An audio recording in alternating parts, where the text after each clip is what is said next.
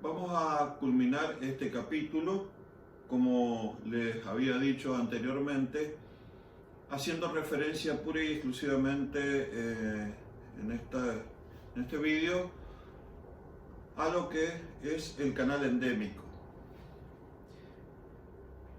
El canal endémico fue creado por Selwyn Collins en 1932 y inicialmente tuvo que ver con la vigilancia de las enfermedades de tipo influenza.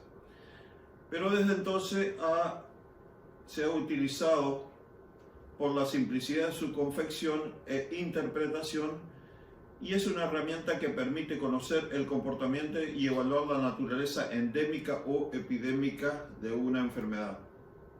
Como ustedes van a ver, el canal endémico no es otra cosa que un registro ordenado de números, esos números que son obtenidos de los datos que se recolectan en los distintos tipos de eventos a través del tiempo. Cuando nosotros hablamos de epidemias o brotes, que de por sí constituye una apreciación cuantitativa, ni bien decimos epidemia o brote, nosotros estamos haciendo referencia a lo que se dice a una interpretación cuantitativa de la situación. Muchas veces yo suelo preguntar eso en el examen,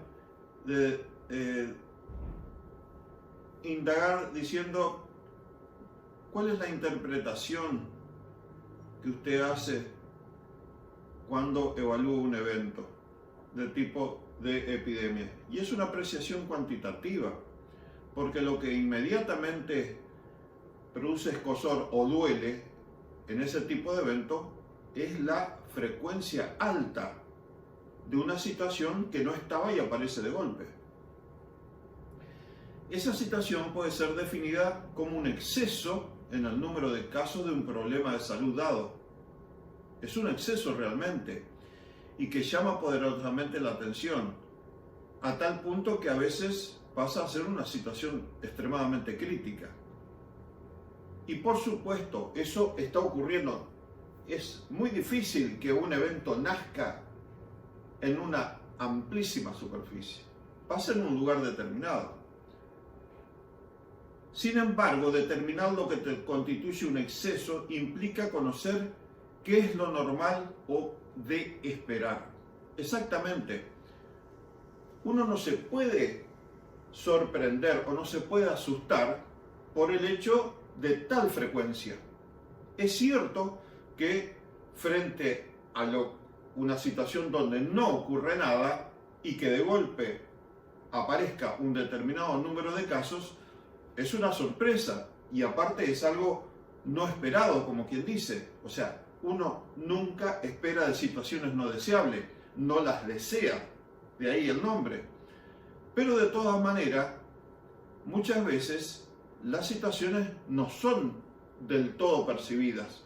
Es más, hay muchas epidemias, o sea, muchas situaciones que están por encima de la frecuencia esperada y que el grueso de la población no se da cuenta. ¿Y saben cómo se da cuenta, cómo el investigador se da cuenta, o quienes atienden supuestamente esa situación se da cuenta? A través del canal endémico. Esa es la única herramienta por la cual, colectando casos de acá, de allá, la reunión de los casos está haciendo, torna visible una situación que aparentemente no existe.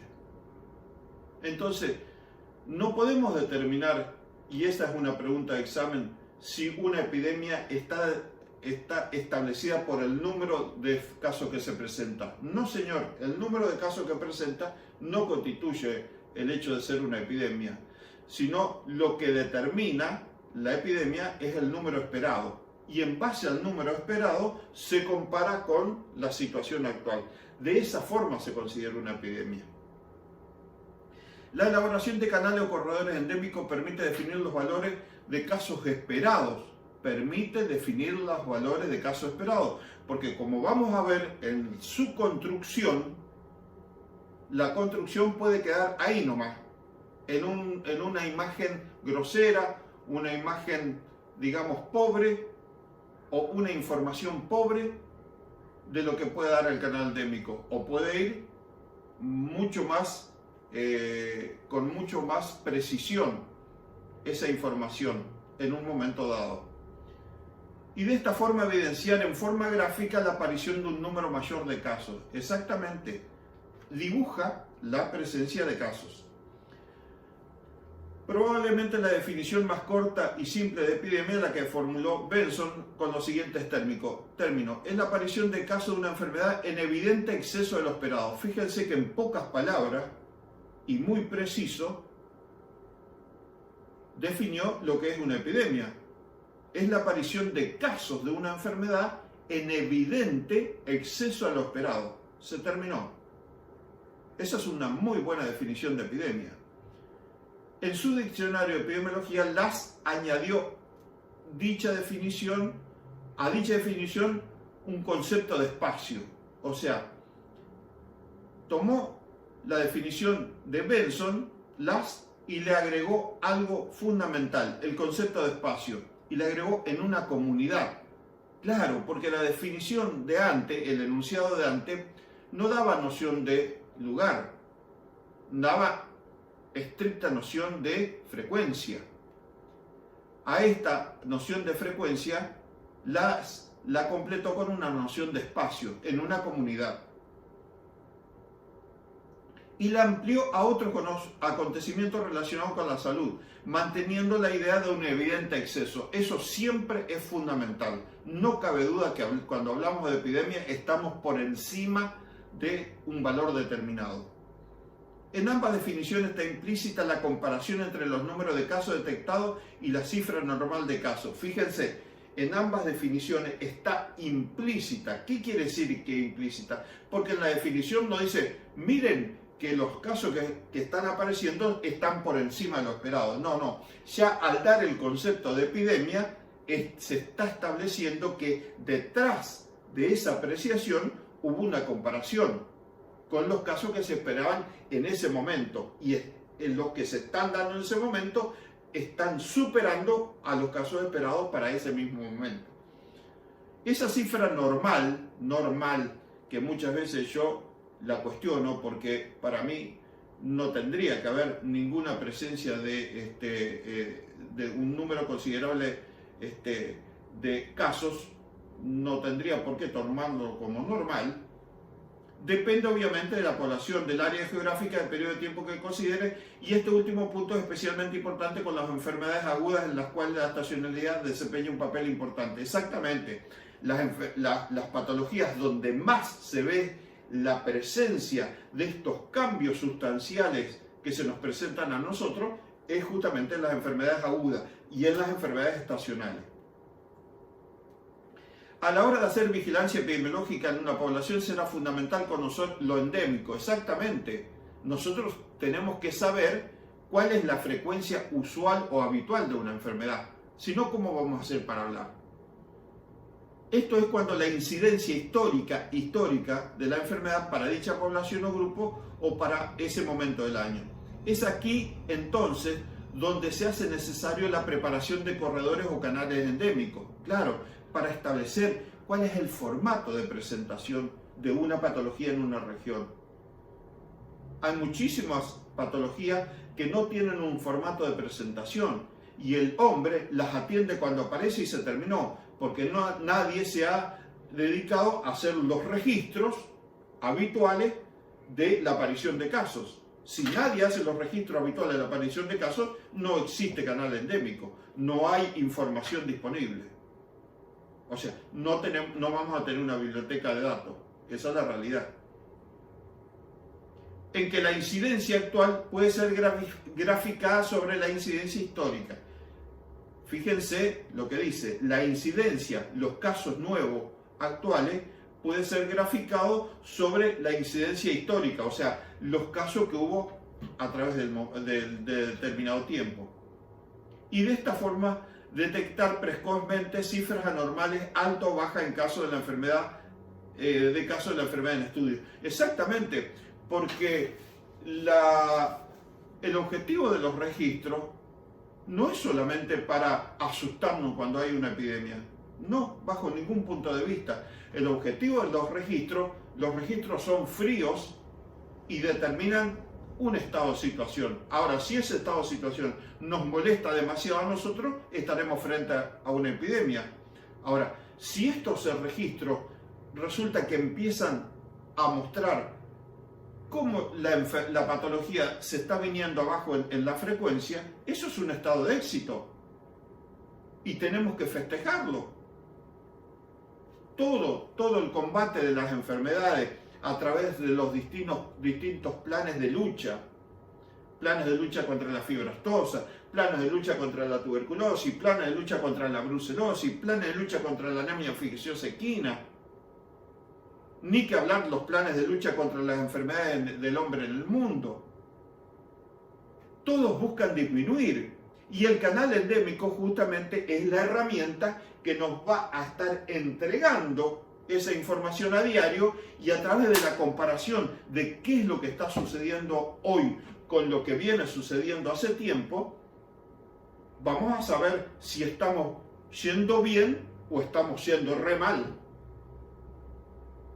Entonces, ambas situaciones son apreciables desde el punto de vista de la calidad de la información que nos puede dar un canal endémico. ¿Cuáles son las recomendaciones a tener en cuenta? Hay algunas. Si se trata de vigilancia de una enfermedad de baja incidencia o de una población pequeña, o si se vigila en intervalos cortos de tiempo, la variabilidad aleatoria desempeña un papel importante. Claro, la variabilidad al azar, ¿no? A mayor nivel de desagregación de la información, menor será la precisión de la precisión de la predicción. Claro, ¿saben lo que quiere decir? No vale la pena ponerse a trabajar tanto y estar a la expectativa de la aparición de casos si hay un caso demasiado lejano con el otro. O si se suceden muy pocos casos a través del tiempo. Porque mientras no haya caso, la línea va a estar en el horizonte plano. Cuando aparezca uno se eleva considerablemente, ni que hablar cuando aparecen 5. Entonces resulta que ver ese canal, ver esa información, va a tener unos picos terribles. Y no es precisamente que eso sea muy buena información. La real información de los canales endémicos las trae con un número considerable de presencia habitual de casos. Esa es la realidad. Por eso dice que a mayor desagregación de la información, o sea, ¿de qué información? De la aparición de casos, menor va a ser la precisión de la predicción. O sea, yo voy a poder predecir hacia futuro con muy poca certeza de lo que pueda pasar a partir de lo que se está registrando. Eso es todo lo que quiere decir. No es ninguna situación compleja ni nada difícil de entender. La inestabilidad de la incidencia histórica es eso. O sea, la inestabilidad de la incidencia histórica es la aparición muy esporádica de casos. Por eso es inestable. Provoca corredores muy dentados. Era lo que le acababa de decir. Tienen unos dientes espectaculares, a veces unos espacios terribles, sin nada, y aparecen unos dientes. Entonces, esa información es con bandas anchas de alerta y seguridad. ¿Cuál es la banda ancha de alerta de seguridad? La banda ancha de seguridad cuando no existe caso. Esa es la realidad. El empleo de corredores endémicos es preferible para enfermedades endémicas de incubación breve y evolución aguda, pero no se excluye por su uso para vigilar otras, inclusive el comportamiento de la mortalidad. Puede utilizarse para vigilar el comportamiento de una vía de transmisión, para vigilar un microorganismo en particular. No debe utilizarse el número de casos, en su lugar las tasas de incidencias crudas o específicas, aunque se trate de una población pequeña la vigilada. Esto es importantísimo y es pregunta de examen y nunca saben responder. Muchas veces suelo preguntar, sí, porque la frecuencia esperada. Ajá, ¿de dónde sale la frecuencia esperada? Y bueno, allá los cansada, bueno, Y de los registros, ajá. ¿Y cómo se llaman esos registros? Y no sé, y por ahí se acuerdan, porque los ayudo, le digo, tiene dos nombres, tiene. Y no saben qué decir. Y entonces, canal endémico, ¿cómo más se llama? Corredor endemiasco. Ajá, perfecto. Entonces le pregunto, ahí viene mi pregunta siempre, ¿y con qué alimentan los corredores? ¡Ja! ¡Qué pregunta! ¿Con qué alimentan los corredores? ¿Y con qué va a alimentar si no con datos? ¿O usted cree que el cúmulo de una cifra sale de la nada por generación espontánea? Es porque le aporto datos. ¿Le aporto datos cuándo? Otra pregunta. ¿Cuándo le va a aportar? Vaya a saber cuándo le aporta. En forma frecuente. A través que pasa el tiempo le estoy aportando datos, le estoy dando de comer al canal endémico. Ahora, ese es el punto álgido. ¿Con qué le doy de comer? ¿Cómo alimento el canal endémico? Otra respuesta, otra pregunta que no saben contestar. ¿Con qué lo alimento? Y con el número de casos, por ahí sale.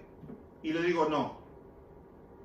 Es cierto que lo alimenta con el número de casos, pero ¿bajo qué presentación lo alimenta?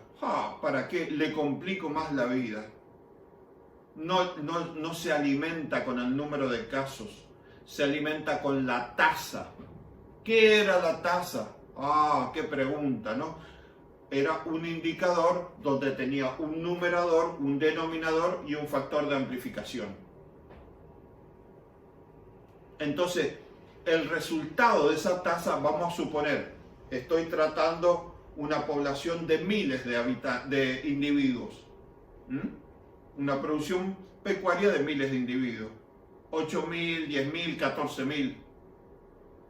Entonces lo que ocurre en esa población, imagínense si paso el número de casos. Imagínense una población tan grande, sufre variación, permanentemente sufre variación. A veces se viene abajo, a veces se va arriba. Ni que hablar si tengo, justamente se me atraviesa una condición ambiental totalmente desfavorable como una sequía o una inundación. Entonces, ¿con qué alimento la tasa? ¿Con qué le doy de comer cada vez que le doy un dato? Le doy con la tasa. ¿Con qué alimento el canal, perdón? Le doy con la tasa. No le paso el número de casos. ¿Por qué se hace esto? Se utilizan las tasas porque si yo paso el número de casos, se me produce unas imágenes con muchísima diferencia, con lo que se dice con valores muy aberrantes. ¿Por qué? Porque la población a través del tiempo, porque yo tengo que llevar determinados años para construir un canal endémico, me puede variar significativamente. Entonces, si varía considerablemente el número de habitantes, de individuos, me va a variar sustancialmente también el número de casos. Entonces, para evitar esto, lo que paso es la tasa cada 100, cada 1000 o cada 10.000 individuos. Paso el resultado de la tasa y no paso el número de afectados. ¿Cómo se hace esto? Número de casos en el numerador, población expuesta en el denominador y factor de amplificación. El factor de amplificación, vamos a suponer, estoy tratando una población de 8.700 animales por 1000. Entonces paso una tasa, siempre trabajo, a partir de esa población, siempre trabajo lo que ocurre cada 1000 individuos. Y se terminó. Entonces, frente a las variaciones sustanciales de la población, o sea, de los individuos expuestos, la tasa me varía con pequeñas alteraciones. Porque si yo paso el número de casos, es impresionante los picos que se realizan. Entonces, me desdibuja esa imagen que me tiene que dar de información y se me torna un poco complejo para apreciar lo que realmente está sucediendo con una patología en una población, así baje o suba la población. ¿Quedó claro? como dice ahí, fíjense, la utilización de tasa para evitar las distorsiones que generan los cambios en el tiempo de la población objeto. Así nomás de simple. El corredor ideal es el semanal. Ustedes ya tienen que saber a la perfección que la mejor unidad de tiempo, mejor dicho, la unidad de tiempo más utilizada en epidemiología es la semana. Yo digo la semana 20 en este año y hay un solo lugar en el año donde hay una semana 20. No hay cómo errarle. No pongo el día, el mes, nada. Yo digo la semana 36 del 2019 y hay un solo lugar en el año 19 que está ocupado por la semana 36. No hay cómo errarle. No sé si saben que el año tiene 52 semanas. Entonces el corredor ideal es el semanal. Los mensuales limitan la posibilidad de detectar oportunamente los brotes y por lo tanto la implementación de medidas de control oportunas. Claro, ¿por qué? Imaginen, yo tengo que esperar un mes a ver qué es lo que está sucediendo en algún lugar. Es demasiado tiempo. Demasiado tiempo de esperar un mes. Más bien proporcionan una buena descripción del comportamiento comunitario de un problema de salud. Unidades de tiempo acá la tenemos las más usadas. Ahí está, el año tiene 52 semanas, o sea, también hay unidades de tiempo de 2 semanas, o la de 4 semanas también es un poco más justa que el mes, y el mes epidemiológico. En cuanto a los intervalos de tiempo, sería siempre deseable realizar corredores por semanas epidemiológicas, pero ante baja incidencia se deberá utilizar periodos mayores. Claro, si la incidencia, o sea, la presentación de la patología es muy baja y yo estoy haciendo todo un movimiento y todo un gasto, porque eso significa gasto operativo y gasto de personal, a ver qué pasó en esta semana pasada. Pero resulta que tengo muy pocos casos, capaz que no tengo casos en 2 o 3 semanas, entonces amplío esa unidad. En lugar de ser cada semana, la hago cada 2 semanas, a esa unidad de tiempo de observación. Como dice ahí, se deberá utilizar periodos mayores, lo que tenderá a estabilizar las fluctuaciones debido al azar. La desventaja de usar periodos de 2 a 4 semanas es que disminuye la posibilidad vuelta a lo mismo. A medida que yo me alejo o que yo estiro el tiempo de observación y a su vez de traslación de esa información, por supuesto, estoy demasiado tiempo para enterarme qué es lo que está sucediendo. Esa es la realidad. Por eso dice, disminuye la posibilidad de detección precoz de brotes y de las consiguientes acciones de control. Claro, ¿qué habíamos hablado de brote o cualquier manifestación de una patología? Que lo primero que hay que hacer a través de la investigación cuando se concurre inmediatamente a ese lugar, antes de ponerse a estudiar absolutamente nada ni preguntar nada, es detener la situación, para que los individuos que todavía no cayeron eviten caer. Ese es el primer trabajo que hay que hacer. Después recién me tengo que tomar todos los tiempos necesarios para hacer todos los estudios. Pero lo primero, y el canal es un chusma, por así decir, un chusma bien puesto, porque el canal, a través, cuando le estoy aportando los números, resulta que me está diciendo, ojo, mire que acá está viendo más casos de lo habitual. Por eso le digo, hoy les mencioné, muchas veces las situaciones no son visibles, no todas las situaciones desagradables son visibles, porque están ocurriendo muy separadamente. Pero resulta que esa ocurrencia separada está siendo mayor que lo habitual. Y eso se lo verifica, o sea, se lo pone en conocimiento, se oficializa esa información a través del canal. Si el canal se alimenta correctamente con los datos en tiempo y forma como se debe hacer y no se lleva una situación con mucho atraso en el alimento de los datos, el canal actúa como una verdadera alarma donde me está diciendo, ojo que se están yendo los casos arriba en tal lugar. Esa es una de las funciones fundamentales del canal y de la calidad de información que yo voy a sacar. Bueno, esto no. La longitud de la serie o intervalos de tiempo. Usualmente los corredores se construyen con una serie de casos de 5 a 7 años, claro.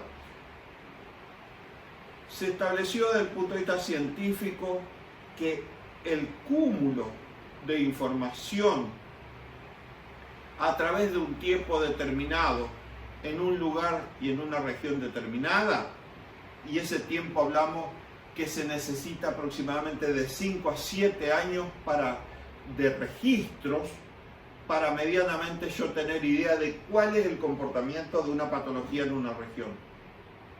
Eso ya se estableció internacionalmente. Yo, antes de ese tiempo, en 3 años de acopio de información, yo todavía no puedo abrir la boca para decir que estoy frente a una epidemia, porque es muy poca la información que yo estoy consiguiendo, que llevo acumulada. Tengo muy poco conocimiento del comportamiento de la patología. Se necesitan, vuelvo a reiterar esas preguntas de examen, entre 5 a 7 años de cúmulo de historia, de registro, para tener una opinión más certera de cuál es el comportamiento de una patología en una determinada región. Se puede presuponer que al incrementarse el número de años se mejorará el modelo de predicción, pero deberán tenerse en cuenta que si se toman series muy largas es probable que tanto las condiciones que mantienen la endemia como los criterios diagnósticos y mecanismos de denuncia y registro hayan cambiado. Exactamente, no por el hecho de que yo necesite determinado tiempo para conocer realmente el comportamiento de una patología en una región, me voy a extender indefinidamente. ¿Por qué? Y porque el ambiente cambia. Así nomás de simple. En 20 años cambia, o en 10 años cambia sustancialmente. Aparte hay maniobras, hay actividades del hombre, hay trabajos del hombre que pueden cambiar sustancialmente el formato de vida de los individuos. Un barrio que no tiene agua potable y que venimos trayendo los registros de las patologías que se registran por el hecho de no tener agua potable, en un año y medio se lo coloca agua de red, pero al canal no le da el tiempo para acomodarse a brutal cambio. Es un cimbronazo para las enfermedades que provoca la llegada de agua potable a cada domicilio particular. Si justamente la problemática del corona, fíjense qué es lo que pide: lavarse las manos con frecuencia. Y lavarse las manos, encima, no lavarse las manos así nomás, sino lavarse las manos con una calidad determinada. ¿Y qué hay de la gente que no tiene agua potable? ¿Qué le podemos decir? ¿Cuál es la recomendación que le podemos dar? Pero no para el corona, para otras 78.000 enfermedades. Entonces, una acción como colocar agua potable en un barrio que no la tenía provoca un cambio tan drástico que el canal endémico le cuesta muchísimo adecuarse a ese cambio y esa información va a aparecer mucho más lejos de los beneficios que ya están surtiendo en el barrio. No sé si logran interpretarme. Eso por ejemplificarle con un ejemplo muy grosero, muy grotesco en la acción que pueda producir en la población. Es lo mismo que una explotación de tipo extensiva, que lleva los años de 2 o 3 generaciones sin ser atendida por médico veterinario, que nadie sabe lo que tiene, nadie sabe cuál es la realidad de reproducción de ese campo. De golpe y porrazo meta 2 veterinarios de nivel y con un cambio de mentalidad tremendo de hacer realmente la producción lucrativa y meter un cambio sustancial, mejorar la genética, mejorar los planes sanitarios, empezar a tener planes sanitarios, mejorar el apotrenamiento del campo, mejorar las pasturas. Imagínense, eso es un cambio brutal. Es un cambio similar a tener agua potable. Entonces, si bien la ganadería es cíclica, pero las mejoras, o sea, los resultados muy se van a evidenciar muy cercanos en el tiempo. Esa es la realidad. Por eso hay que tener cuidado, o sea, si bien el canal endémico necesita tiempo para construirse, pero hay que tener cuidado de qué sucede a través del largo del tiempo. Este tipo de cambios deberán ser también tenidos en cuenta aun cuando se tomen pocos años. Por ejemplo, si recientemente se han realizado sustanciales mejoras en la red local, ahí está lo que le decía. Bueno, vamos a seguir nomás.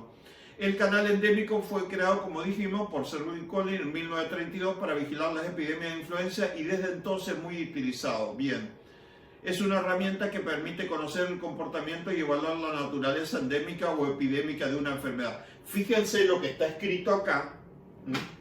¿Qué es esto? Los cuartiles. Ya habíamos hablado de los cuartiles. Q1, Q2, Q3, que dividían el rango de un rango de datos en 4 partes iguales. Teníamos 3 cuartiles, cuartil 25, cuartil 50 y cuartil 75. Quienes dejaban por debajo el 25%, el 50% y el 75% de las observaciones.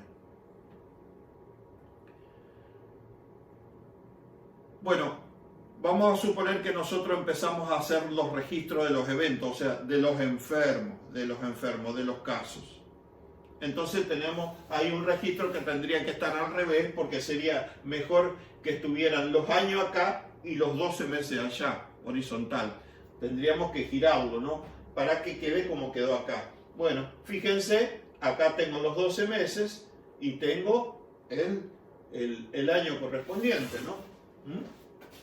Los 12 meses y ¿cuánto tengo? 7 años. 7 años. Empiezo a registrar. Este 20 es la tasa. Sería ideal de que sea la tasa. Es cierto, lo puedo alimentar con el número de casos, pero lo ideal es la tasa. Y acá están las sucesivas tasas, ¿ves? A través de los meses de una enfermedad X. Llega el otro año, hago lo mismo. Llega el otro año, hago lo mismo. Completo 7 años. Esto lo giro, le pongo un giro de 90 grados y establezco la horizontalidad para los 12 meses y la verticalidad para los años. Por consiguiente, me quedan 7 filas correspondientes a cada año, ¿no? Del año 2001 al 2007. Pero ¿qué hago? Hago un acomodamiento de las cifras. Pongo en cada mes, porque yo tengo 7 enero acá, tengo 7 febrero, 7 marzo y así sucesivamente, pongo el valor más grande arriba y el valor más chico abajo. Fíjense, 20, 22, 24, 25, 26, 27 y 30, que son las tasas, las 7 tasas correspondientes a 7 eneros. Lo mismo los febreros. Tengo 7 febreros con sus tasas correspondientes y así establezco. Entonces, ¿qué hago? Acá tengo determinado, fíjense, los valores máximos y los valores mínimos. O sea, el techo 30, fíjense, 30, 25, 30, 30, 25, 30 y el piso de esas cifras 20, 20, 20, fíjense, 20, 20, 20, 33, 30 y así sucesivamente. Bueno, esa es la forma inicialmente de acomodar, de ir acomodando en un Excel esos datos que estoy recolectando a campo.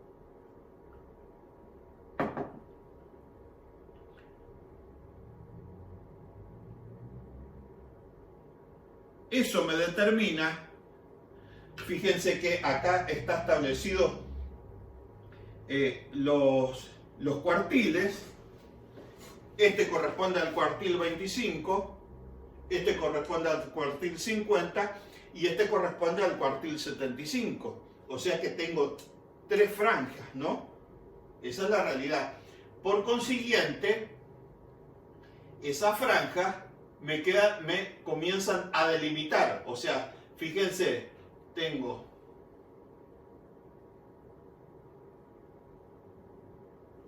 $20, $20, $20, esta es la inferior, fíjense acá está la inferior, $20, $20, $20, $33, $30, los 3, $20, $33, $30, y esta es la superior, $30, $25, $30, $38, $30, $25, $30, $38, y determino, con estas dos divisiones, determino áreas determinadas y les doy un nombre determinado, o sea, zona de éxito, la que está por debajo del piso, zona de seguridad, la que está entre las dos bandas, y zona epidémica, la que está por encima de los valores máximos para cada unidad de tiempo a lo largo de 7 años. O sea, valor máximo en 7 años para mayo, en 7 años para julio, en 7 años para septiembre. Esa es la realidad, porque yo acomodé desde el valor mínimo al valor máximo. O sea, este año fue el máximo en 7 años. Este valor fue el máximo en 7 años. Y así todos los que están en el techo. Ahora, ¿qué pasa? Esto es lo que está establecido en 7 años. Ahora, aparece una cifra actual. Lo único que hago es comparar. Fíjense, acá tengo la unidad de tiempo, a ver dónde cae ese valor actual. Si cae acá, si cae acá, si cae acá. Si cae acá, por debajo de la línea, estoy en zona de éxito. Si cae entre las dos, entre el techo y el piso, estoy dentro de la famosa frecuencia usual, o sea, esperada. Ahora, si cae acá, aguarda, porque no es que tengo que salir corriendo a decir que estoy frente a una epidemia, pero sí en zona de alerta, dependiendo del número, del qué tan alto, qué tan distante. Y ahora vamos a ver que para determinar que realmente estoy frente a una epidemia, hay 4 herramientas que tengo que echar mano. No es solamente el canal endémico. Ahí se está dibujando, fíjense cómo se dibuja, cómo va progresando cómo se establecen, al establecer los valores, cómo se establecen, acá está, ¿ves? Cuartil 25, mediana y cuartil 75. Lo que pasa que en este gráfico le agregué un cálculo, que es la mediana. Ustedes saben lo que es la mediana, ya habíamos visto, la que divide el rango de datos en 2 partes iguales. Bueno, fíjense, este rojo es la mediana, está acá, ve que es un rojo. El azul es el techo y el verde es el piso. Y esta es la mediana que corresponde a cada unidad de tiempo, o sea, esto es enero, febrero, marzo, abril, mayo, junio, los 12 meses, ¿no es cierto? Fíjense, así a simple vista, la primera información que yo tengo. ¿Dónde están los valores más altos? Fíjense dónde están. En junio y en julio y en agosto. No cabe duda que es una patología de alta presentación invernal. O sea, no cabe duda que estamos frente a una patología de tipo respiratorio, propio de las infecciones respiratorias, la época más fría. Por eso la curva se va hacia arriba. Fíjense que los valores más altos están en 40. ¿Pero 40 para qué? Para junio y julio. Jamás tendría un 40 en febrero. Fíjense los valores, el valor máximo obtenido en febrero, 25. O el valor máximo obtenido en diciembre, 20. En cambio tengo 40 en los meses de junio y julio. Ahí nomás al toque a uno le da la información inmediata de que estamos frente a una patología de tipo invernal. Ahora, la medida más precisa que me entrega a mí el canal es la mediana. Fíjense, porque está entre el techo y el piso. Este es el valor del techo para el mes de marzo y este es el valor del piso. Tengo un piso de 25 y un techo de 37 y la mediana correspondiente está en 32. Este es el famoso valor esperado. ¿Para qué? ¿Para qué año? No. Para el mes 3, o sea, para cualquier mes 3 es el valor esperado. ¿Entienden cómo es el tema? Porque esta medida es la resultante del conjunto de esta medida. Esta medida no pertenece a un año en especial, sino al conjunto de años que se viene promediando en base al cúmulo de datos que se viene haciendo. Entonces, esta medida no es de ningún año en particular, sino es la medida de todos los años que se viene acumulando de datos. Por eso se llama mediana, porque se hace sobre el valor máximo y sobre el valor mínimo de la misma unidad de tiempo. En este caso, viene a ser de marzo.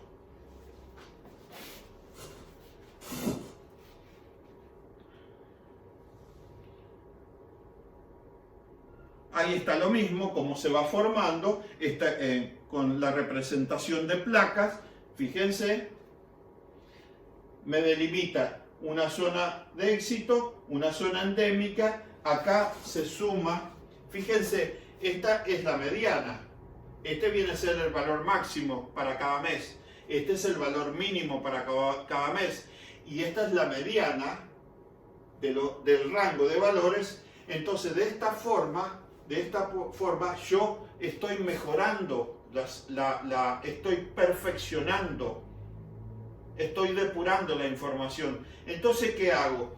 A la mitad inferior entre el piso y la mediana lo llamo zona endémica, porque es la zona donde medianamente siempre tendría que estar, por así decir, para estar tranquilo. Si me cae la cifra por encima de la mediana, estoy en zona de alerta. Ahora, si me cae la cifra por encima del techo, estoy en zona epidémica. Ahora vamos a ver otro tipo de caso. Ahí está otra representación. Fíjese que esta es una clásica representación de casi muchos textos. Está este dibujo y fíjense lo primero que dice abajo. Trabajar con tasas de incidencia y no con el número de casos. ¿Por qué? Porque las diferencias a cambio en el número de integrantes de la población provoca demasiados picos.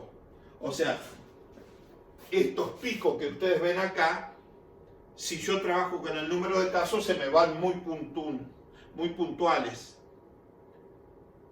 Entonces, cuando yo trato de ver y de imaginarme qué es lo que quiere decir el dibujo, me trae muchos errores de interpretación. Por eso no se trabaja con el número de casos y se trabaja con las tasas. Ahora vamos a ver, bueno, esta es otra. Ahí tienen la formación a través de Excel. Fíjense, esto está hecho con el número de casos. Es un gráfico que está hecho con, fíjense, número de casos sobre una población de 4.000 individuos, ¿sí? Esto representa 40 casos, 47 casos y 50 casos. Así es. Esto 75, 80 y 88 casos. En cambio, esta, la misma, está representada con la tasa. O sea, tasa por 1.000 sobre una población de 4.000. Y fíjense, tiene el mismo formato prácticamente, pero con la diferencia que cuando hay diferencia sustancial en la población total, estas diferencias no se me hacen tan marcadas. Esa es la ventaja que ofrece cuando se trabaja con la tasa. Bueno, otro método un poco más preciso, utilizando más a fondo las herramientas de matemática, para hacer canal endémico. Fíjense, nuevamente tengo los 7 años, nuevamente tengo los 12 meses. Acá están las tasas correspondientes, ¿no? A este rango de valores le saco la media. Vuelvo a reiterar, ¿qué es la media? Media, promedio o media aritmética es exactamente lo mismo. Le saco la media de este conjunto de valores, o sea, sumo este, más este, más este, más este, más este, más este, y lo divido por 7. 1, 2, 3, 4, 5, 6, 7. 7 años de estudio. Lo divido la sumatoria por 7 y me da esta cifra. Enero, febrero, marzo, abril y así sucesivamente. Ese es el primer paso que hago con este método. Dice, una vez que se tienen ubicados por cada mes, se obtiene la media. Acá está escrito. Este será el valor que corresponde a la mediana o percentil 50. Corresponde a la mediana o percentil 50. Ahora viene el próximo paso. El próximo paso es obtener el desvío estándar. Una vez que obtengo la media, obtengo el desvío estándar. Fíjense, tomo la parte de función en Excel y aplico la fórmula del desvío estándar. Le doy los datos, inmediatamente me la tira en forma automática. Vuelvo a repetir, inicialmente saqué la media de este conjunto de valores. Ahora lo que hago es agregar el desvío estándar. Y el desvío estándar lo agendo acá arriba, ¿ves?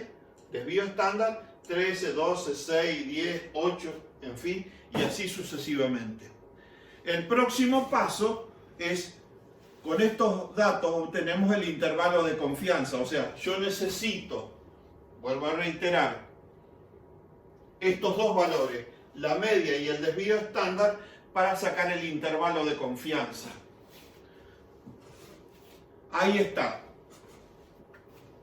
Ahí está. Media más desvío estándar, saco el intervalo de confianza. Y acá está el intervalo de confianza, ¿ves? Todo esto son los valores correspondientes a 12 intervalos de confianza. Esta cifra, o sea, el intervalo de confianza que está acá, en el caso de los eneros, de los 5 eneros, de 7 eneros, tengo 7 años acá. En el caso de este intervalo de confianza de 7 eneros, lo debo sumar y restar a la media para obtener el límite superior e inferior. Fíjense, este valor más la media me da el límite superior. O sea, 39 más 9, 83, me da 43,1. Este es el límite superior. Y este valor menos la media, o sea, la media menos este valor, me da 29,5 y establezco el límite inferior. O sea, estaría al revés acá. Tendría que estar acá arriba, el límite superior, para ser más práctico en la interpretación, y este tendría que estar abajo, entonces forma el piso. Vuelvo a reiterar. Primero, media, desvío estándar, con estas dos cifras saco el intervalo de confianza y el valor que me da el intervalo de confianza lo sumo y lo resto a la media. Y obtengo los dos límites, o sea, obtengo el techo, y el piso. ¿Por qué se hace todo este proceso, todas estas fórmulas matemáticas? Porque de esta forma, a través de la matemática, trato de acercarme más a la realidad. Ustedes saben que la matemática no es muy amiga de la biología. En biología 2 más 2 no es 4. La matemática es excesivamente precisa, por no decir que prácticamente no tiene errores. Y si los tiene allá muy lejanos. Entonces, la biología no tiene ese comportamiento. La predicción desde el punto de vista matemático trata de acercarse, pero nunca llega a pisar la realidad. Por eso, fíjense que con el método anterior establecíamos ese techo y ese piso en forma más rudimentaria. Acá hacemos muchas más operaciones matemáticas, más complejas, para determinar con más exactitud ese techo y ese piso. No hay otra diferencia. Y acá está establecido, fíjense, las tres variantes, ¿no? Como bien decía ahí,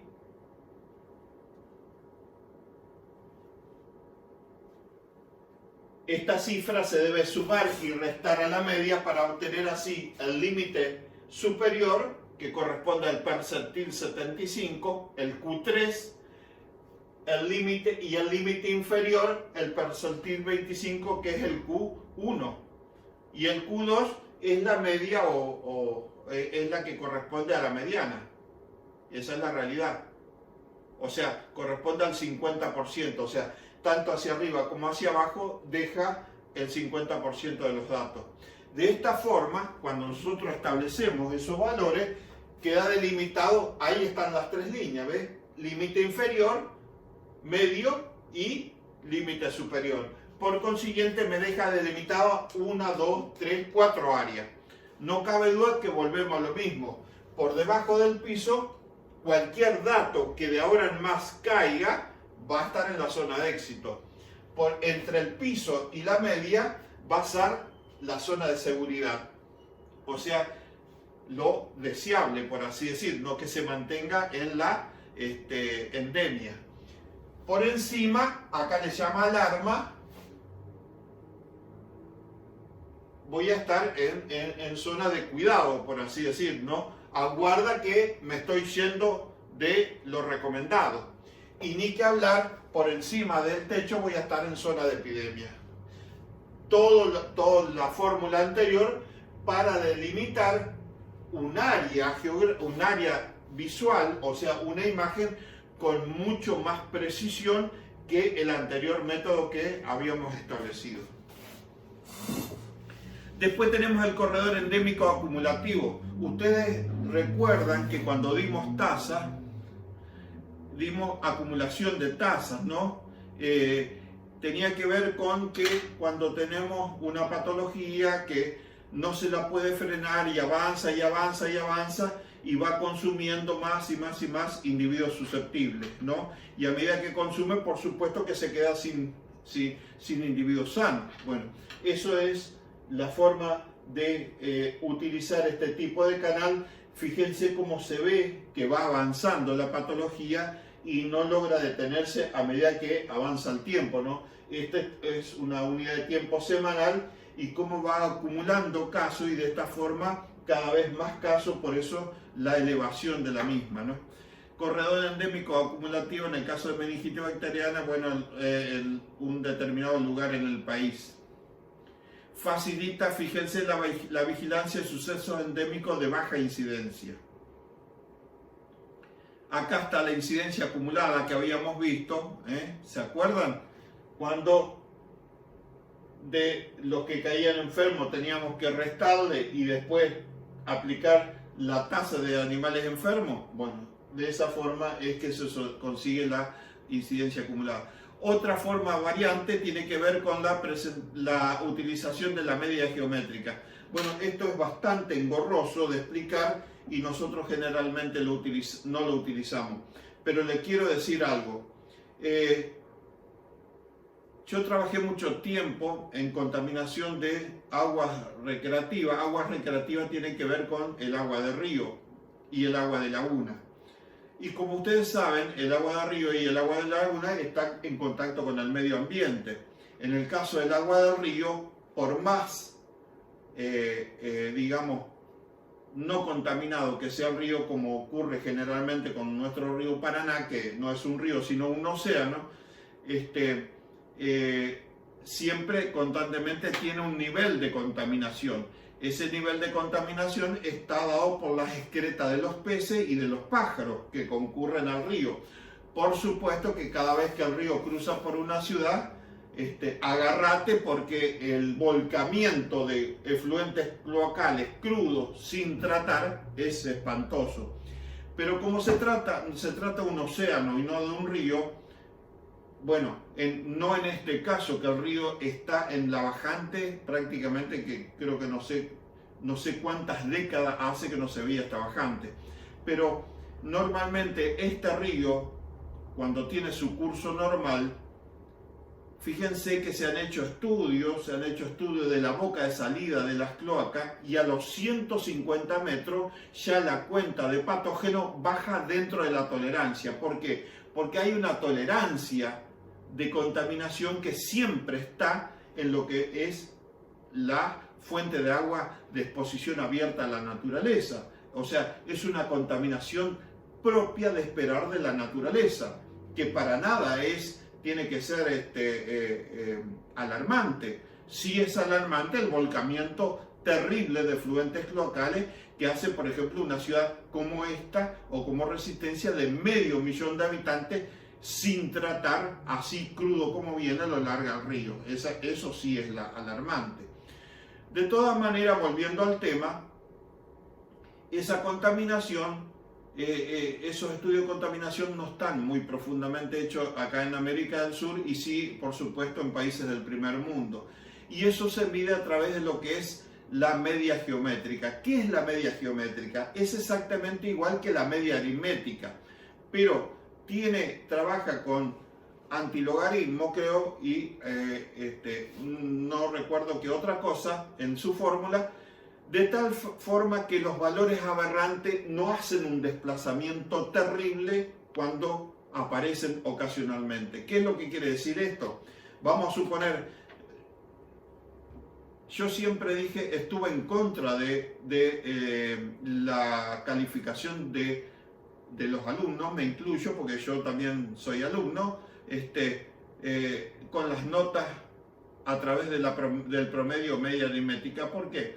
Porque si en 4 notas tengo 3 10 y un 1, ese 1 me vuelca el promedio terriblemente abajo en contraposición a los 3. O sea, el 75% de las veces anduve re bien y una sola vez anduve re mal. No puede ser que por una vez que anduve re mal, mi concepto se tire abajo por un valor tan aberrante y tan distante de la realidad. Supongamos que mi realidad es estar contra el 10 y no contra el 1, ¿no es cierto? Pero yo le aplico el promedio o media aritmética y ese resultado me lo tira terriblemente hacia abajo. O sea, del 75% ser el mejor alumno, me quedo más o menos regular por ahí nomás. Porque ese 1 es un valor aberrante que tira terriblemente hacia abajo la media, el valor resultante. Y la media geométrica evita esa situación. O sea, se desplaza, vamos a suponer 3, 10 y un 1, se desplaza de los 10, de la zona de los 10, pero no en la forma descomunal que se desplaza el promedio. Entonces, por consiguiente, si yo trato de imaginarme qué haría una fórmula de la media geométrica en un canal endémico, claro, porque si yo agarro la población bovina, como el ejercicio que dimos en fiebre aftosa, que en el 2008-2009 la población argentina se vino terriblemente abajo por la terrible sequía que tuvimos, eso no es, por así decir, ficticio. No es normal que nosotros tengamos normalmente sector ganadero. Lo normal es que tengamos mucho más. Y se pronosticaba en esa época que nos iba a costar muchísimos años volver a tener el stock ganadero que siempre teníamos. No fue así. Prácticamente en 2 años se recuperó el nivel que siempre tuvimos. ¿Cómo se hizo? No sé, pero así fue. Por eso le digo, la media aritmética, que sería otra de la fórmula para utilizar en la determinación del cúmulo de datos a través del canal endémico, es una forma más delicada y menos grosera, por ejemplo, por así decir, de valorizar los datos, sobre todo cuando tengo un valor tan aberrante que me sale terriblemente del lugar. Bueno, hasta ahí hemos llegado. Espero que haya conformado y que se haya interpretado. Ah, y otra cosa que me está faltando, el índice epidémico. El índice epidémico es la cuarta herramienta que me está faltando, porque teníamos la tasa de ataque, teníamos la curva epidémica y el canal endémico y el índice epidémico para determinar un estado de epidemia. Esas cuatro herramientas son necesarias y es pregunta de examen. ¿Qué tengo que hacer yo? ¿Cuáles son las herramientas que tengo que utilizar? ¿Cuáles son los cálculos que tengo que utilizar para recién abrir la boca que estoy frente a un estado epidémico? El índice epidémico es una razón. ¿Qué era una razón? En un indicador, vaya a saber de allá, cuando lo estudiamos, ¿no? Donde el numerador no estaba contenido en el denominador. Entre el número de casos presentados en una semana, o sea, lo que resulta de ese momento, y el mes epidémico dado, o sea, lo que se viene fabricando a través del tiempo, y lo que se espera, según la mediana de los últimos 5 años. Yo tengo que esperar como mínimo 5 años para hacer esto, para la misma semana o mes. Entonces, eso da un resultado. Ese resultado, siempre que esté entre estos valores, 0,76 y 1,24, es lo esperado, o sea, es lo usual. Por sobre de 1,25 se dice que la incidencia es alta. ¿Por qué? ¿Por qué incidencia? Porque ese número de casos que se está yendo arriba es producto de los casos nuevos. Por eso se dice que la incidencia es alta. Y ahí está. Por ejemplo, la media histórica entre enero del 2001 y enero del 2005, vamos a suponer, tiene 24 de mediana. Y la incidencia para el año que siguió, que el 2006, tiene 28. A ver cómo resultaría la cuenta, ¿no? 28 sobre 24, o sea, 28 es lo que tengo ahora, sobre razón, sobre lo que espero de 5 años, 28 sobre 24 me da 1,16. ¿Dónde está ubicado ese 1,16? Está perfectamente en el rango de 0,76 a 1,24. Por consiguiente, estoy bien, es lo esperado. Pero vamos a dibujar un número. Vamos a suponer que los casos presentados tengo 56 sobre la que viene sucediendo en 5 años, 24. Fíjense cuánto da, 1,33. Ahí yo estoy en total alerta. ¿Por qué? Porque se me fue muy por encima de este valor, de 1,24. ¿Ves? Este valor inicialmente estaba dentro de este rango. En cambio, fíjense con este valor, 1,33, mire dónde me fui, muy por encima de la tolerancia, se dice. Entonces, eso me determina un estado de alerta. Entonces, no es que yo saco eso, me da 1,33 y salgo a gritar que estoy frente a una epidemia, no. A esto lo tengo que sumar con el criterio epidemiológico, con el canal endémico, con la curva epidémica, con la tasa de ataque. Entonces, aparte es un conjunto de investigadores que determina esta situación. Bueno, hasta ahí hemos llegado y espero que hayan comprendido el tema. Cualquier cosa, como siempre, estamos atentos en la plataforma. Y les repito que el foro es para intercambio básicamente de ustedes, no es para que directamente le pregunten al profesor. No es porque nosotros no estamos a disposición, sino porque el objetivo del foro es tratar de que quienes entiendan las cosas intercambien, porque ustedes están dentro del mismo nivel de estudiante y de edad, intercambien en la forma que ustedes tienen de comunicarse entre ustedes y le faciliten la tarea a quienes no logran interpretar bien. Muchísimas gracias y nos vemos pronto.